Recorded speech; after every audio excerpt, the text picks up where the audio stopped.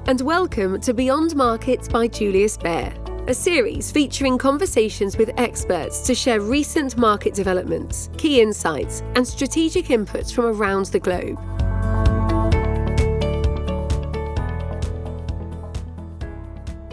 As the need for us to take action to reduce planetary harm grows ever greater, interest is rightly growing in both living and investing sustainably. But once you decide to head down that path, how do you actually do it? Does it mean more recycling, driving an electric vehicle, and flying less? Or does it mean investing in sustainable aviation fuel, carbon capture technology, or another promising startup? In this special episode, we have broken out of our Zurich studio to speak to someone about how they have taken both living and investing sustainably to heart. I'm John Franklin, and today we're in Monaco, where I'm thrilled to be joined by former Formula One world champion turned sustainable investor and entrepreneur, Nico Rosberg.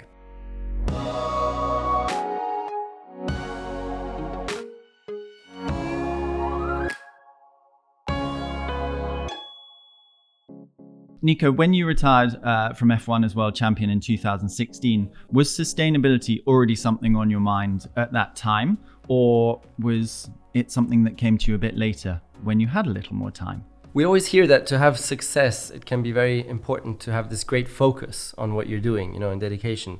And so that was actually something I was pretty good at. So I was so focused to driving that racing car and improving, and making progress and focus on that next race and getting the best out of it, that I really didn't think about much else. It was just family and racing. So sustainability, close to zero interest actually in anything beyond racing. My wife, on the other hand, was already very interested at the time. She was always like bio food and pushing no plastic and things like that. But I was a bit ignorant. And so it's something that I really picked up quickly right after I ended my Formula One career. What came first when you had this focus on sustainability when you weren't racing? Was it living in a more sustainable manner? Or was it taking a look at the things you put your money towards and considering how they had an impact?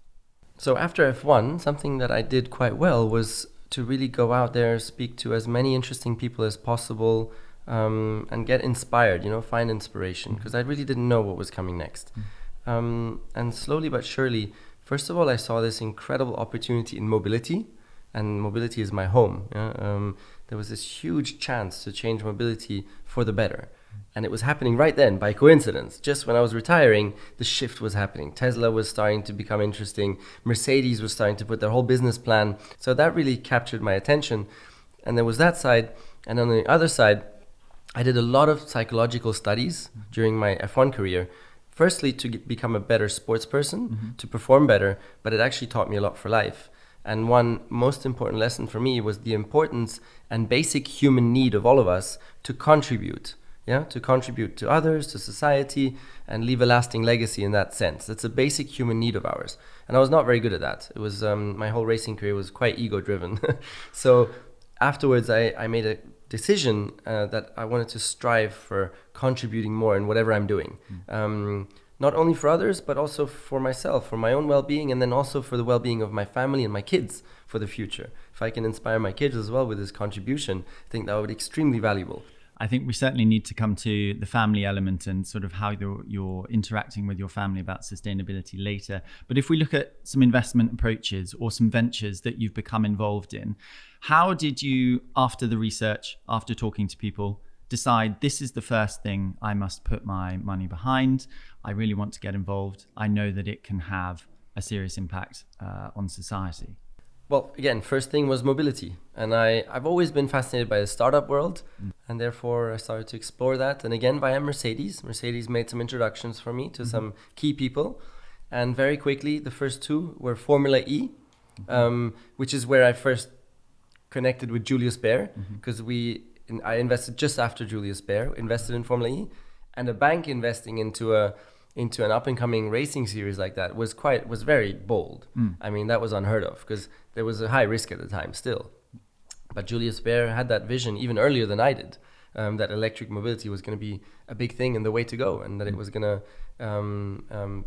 be here to stay, And then, so I then also invested in Formula E.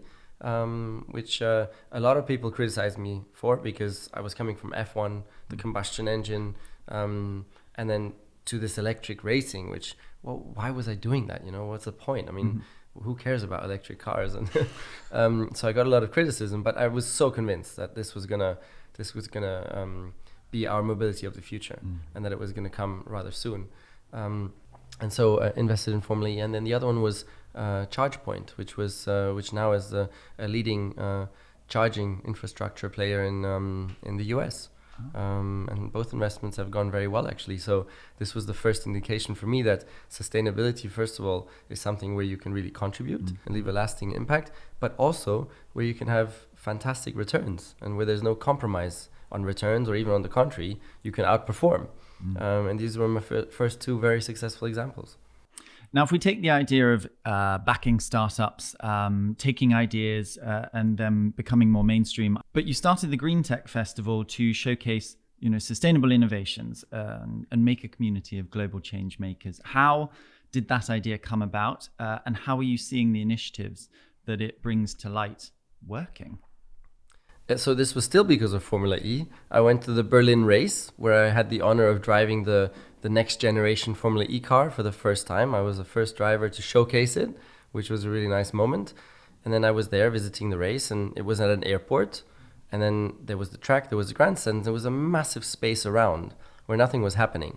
And just 1 month earlier, I'd been to, or a couple of months earlier, I'd been to the Consumer Electronics Show in Vegas, where there was starting to be this Greentech section. But it was not dedicated, and it was quite small. But I saw an opportunity there, because I saw there's not really a dedicated platform as such, event platform for Greentech, really like focused on Greentech. So I was then at the Formula E race, and I said, hey, there's nothing around here. There's 40,000 people here who love Greentech, but this is a wasted opportunity. And so I spoke to Alejandro, who's the founder of Formula E, and I said, Alejandro, would you allow me to create an event around this race? And he said, sure, do it. So then I went out to search for two other co-founders who had experience with this kind of project, and then we put it to life. And so Greentech Festival is really it's an event essentially, where we bring together the world's leading change makers. We honor them with an award night, bring together all the new green technology product launches, so all the newest technologies that are coming out, to inspire, connect people, create partnerships, and it's really cross-sectorial as well. And I'm very proud of that, because I think we've been really making quite an impact with that. How do you take the rough with the smooth in your investments? I mean, do you look for the big wins and the long term just in case? How do you sort of portion out where you invest and what you invest? Well, in the startup world, you need to diversify a lot. You need to invest in many, many companies, because you know that 80% of them are not going to go very far. 50%, you probably have a 50% attrition rate, and 30% are going to be more or less okay. And then there's going to be 2 moonshots, and that's what you're going for. It's these moonshots, and that's where you make the returns. So you need to diversify a lot in the startup world. And in the liquid investments, so public equities primarily, I take a very, very long-term approach. Which is a strength of mine, that I don't get fussed up in the daily news and things like that. Really long horizon, 5 to 10 years, and that's been going really well. And there, when it comes to sustainability, there, I don't accept a compromise in returns, because I think about I'm investing for my kids and my grandkids, and so. But I do have some strong restrictions. I don't invest in arms. I don't invest in tobacco. I don't invest in the oil companies. So that's just firm restrictions that I set. But beyond that, I will still invest very broadly, and not like 100% just a AAA ESG. So that's kind of my approach, and I hope that we can, of course, shift more and more towards getting the best returns in the world from 100% sustainable investing, but we're not quite there yet. But that makes the very important point that investors who want to start down this path need to consider.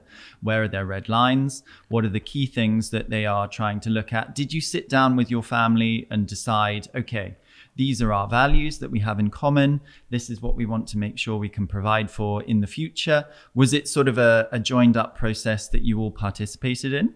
Family was more for the how do we live our daily lives side. And that's very much led by Vivian, my wife, who's very passionate about sustainability as well. And it's also nice to tell the story to the kids and take them along on this journey. That's been cool, and share this with them and make them aware of this. And so it's a lovely process. Did you make the active decision to say, okay, how we are living at home, how we are raising our kids is going to change, and here's how we're going to do it? No, not like that. And in any case, as I was saying, Vivian had always been interested in that even before I retired. So it was always kind of a part of our lives at home. Yeah. And then it was only afterwards that I started to take more and more interest as well. It's just lovely as a family to have this striving for more sustainability. It's a cool kind of project that you do together, and that you include your kids in, and it's wonderful. And it comes back to, if you're able to put some more contribution and purpose like in your life, it brings well-being essentially as well, which is great. And obviously a lot of the changes that we make today will be amplified by future generations. So is there a certain way that you involve the kids in learning about the decisions they're making and how they might carry these values forward through their lives? Well, sustainability is also about well-being, as an example. So we just had yesterday, we had our family coach join us. Because of course, as with every families, we also have some dynamics that are not 100% wonderful. There's some challenges in the relationships. Basic is really that it opens a discussion, which already doesn't happen very much of the time. So it opens a discussion. He always gives us some pointers, some ideas. So it's very, very powerful. And it was lovely also how yesterday then our kids met him for the first time. And they straight away, like Alaya, my daughter, was opening up on one of the challenges she has in her class with relationships with her friends. She was telling the story to the family coach and engaging, and that was lovely. And then also I offered him or his time to everybody at the office and our office, and there was a lot of interest, which was nice. And then two of our colleagues took some time as well with him, and they also appreciated, and I think that's lovely, and that's all about sustainability as in the form of well-being, essentially. Well, that's incredibly important. And one of the things we try to work on with our families when we have multiple generations of clients is difference in opinion between particularly some of the older and younger generations. When you include your parents or the grandparents of your kids in these decisions, is there initially any resistance? Is there sort of questioning of more sustainable approaches to things? I think your father had reservations initially about Formula E, for example. How do you have those open discussions or change their mind on these matters? Not sure, but really lovely was yesterday, for example. Yesterday morning, because of course I'm trying to engage everybody in the family in this family coach, but for some it's like really a weird thing. Like, what do I need a shrink for now? It's like that's the extreme view that someone may have, and especially the old school people. And slowly but surely, my mom opened up. So we're having nice conversations with my mom. And then yesterday morning I said, Dad, why don't you come as well? And he's like, never ever am I gonna, why would I do that? But he joined eventually. So it was lovely. So we had a cool coffee all together. And it didn't have to be like a extreme like discussion, It was just a lovely coffee and lovely open conversation and relaxed, it's a starting point. And that was cool. So even managed to get my dad to join, which was it was nice. Is there an ultimate goal for you? Is there an equivalent of winning the championship when it comes to the ventures and the initiatives that you back? What is the unicorn or the ideal there? Well, one goal is well-being for my family. That would be a big goal in the long run. And then another goal would be if we can really create a lasting impact with what we're doing. That would be lovely, and have this really measurable contribution, And it goes hand in hand, The measurable contribution will essentially make us also have greater well-being, because it gives a great feeling, when you're contributing. So that's probably the ultimate goal. Let's see how far we get. And anyways, if I manage to create and contribute to my kids' lives already, that would be huge. If I can inspire them a little bit on this path of contribution, that would be awesome. So it starts there. What are the main things that listeners should consider when they are thinking about living and investing more sustainably? What are the first steps? Yeah, I don't want to be the preacher. I can just say that for myself personally, it's been a wonderful feeling to be on this path, and to dedicate some time every day and focus on this with colleagues, friends, family. And so I can only recommend for everybody to take a look, take an interest, and see if they too can make some more progress. Also, whether it's doing something charitable. I just launched Rosberg Philanthropies now, actually, which is our own foundation now. But it's still an exploration. Like, I haven't found the end point yet, where it's really like the absolute focus and the big passion. So it's really an exploration where we're doing various things, and big collaboration with Oxford University, with the SDG lab at Oxford, which has been lovely. There we're creating real impact. Like, wow, that's super cool. So I recommend to everybody to try and give yourself a nudge, and take a little bit more interest in this space and see if you can make progress there. Is there any more you can say about the foundation? You say it's in the very initial stages, but do you have some ideas of areas that you might like to focus on that are quite close to your heart, or just generally you see need support? Well, the foundation so far has been very focused on green technologies and environment. And I visited Climeworks, which is the world's leading carbon capture firm near Zurich. And I visited them last week, because what I do with my foundation is to essentially pay the salary of a PhD student from Oxford and also enable a work placement for him. On the other hand, there's something else that I've been developing, which is supporting kids in intensive care. Because of course, having kids, you kind of relate, and I've been visiting intensive care units and trying to help just with my presence, like for Formula One fans or whatever, which has been nice. And now I've been sponsoring a super nanny, because you can see that, of course, the kids are really having such a tough mental time as well, and even the parents are there day and night, and trying to support their kids who are in bed, and so a super nanny can really bring such relief to the kids and to the parents. And there's a big lack of that, so I'm sponsoring Super Nanny in Milan intensive care, and that's also a lovely project. But it's I think long term probably I would like to also create, which is similar to Julius Baer Foundation, these self-sustaining projects, philanthropic projects that can really kind of be businesses in itself, actually, non-profit businesses. That's probably a great goal. It seems you've identified some real areas that are close to your heart, close to your family, and also related to your areas of interest. Just final question. Do you think that there are certain key areas that we need to be excited about when it comes to sustainable technology, green technology? What are the things you think really hold potential for making change in the future? Carbon retention, that's for firms, will mount these filters on their chimneys and etc. to really remove all the carbon that's being put up into the air from the get-go, from the source. That can be something great. What else? As I said, of course, batteries. I mean, we're electrifying the world here at the moment, so batteries will play a big role in the battery technology. The energy density has been ramping up rapidly, but it's still some way to go. It needs to make further progress. So that's going to be key. Thank you very much for joining us today, Nico. It's been a great pleasure to talk to you. Some exciting ventures to come, I'm sure. Thank you again. Thank you very much. Well, that's all we've got time for today. Thank you very much, Nico, for joining us. And thank you to you at home for listening. We'll be back with another episode soon. Thank you very much and goodbye. You have been listening to Beyond Markets by Julius Baer. If you like what you've heard, please tell us by leaving a review and rating on Apple Podcasts or Spotify. Subscribe to Beyond Markets on your favourite podcast player to stay up to date with our latest episodes.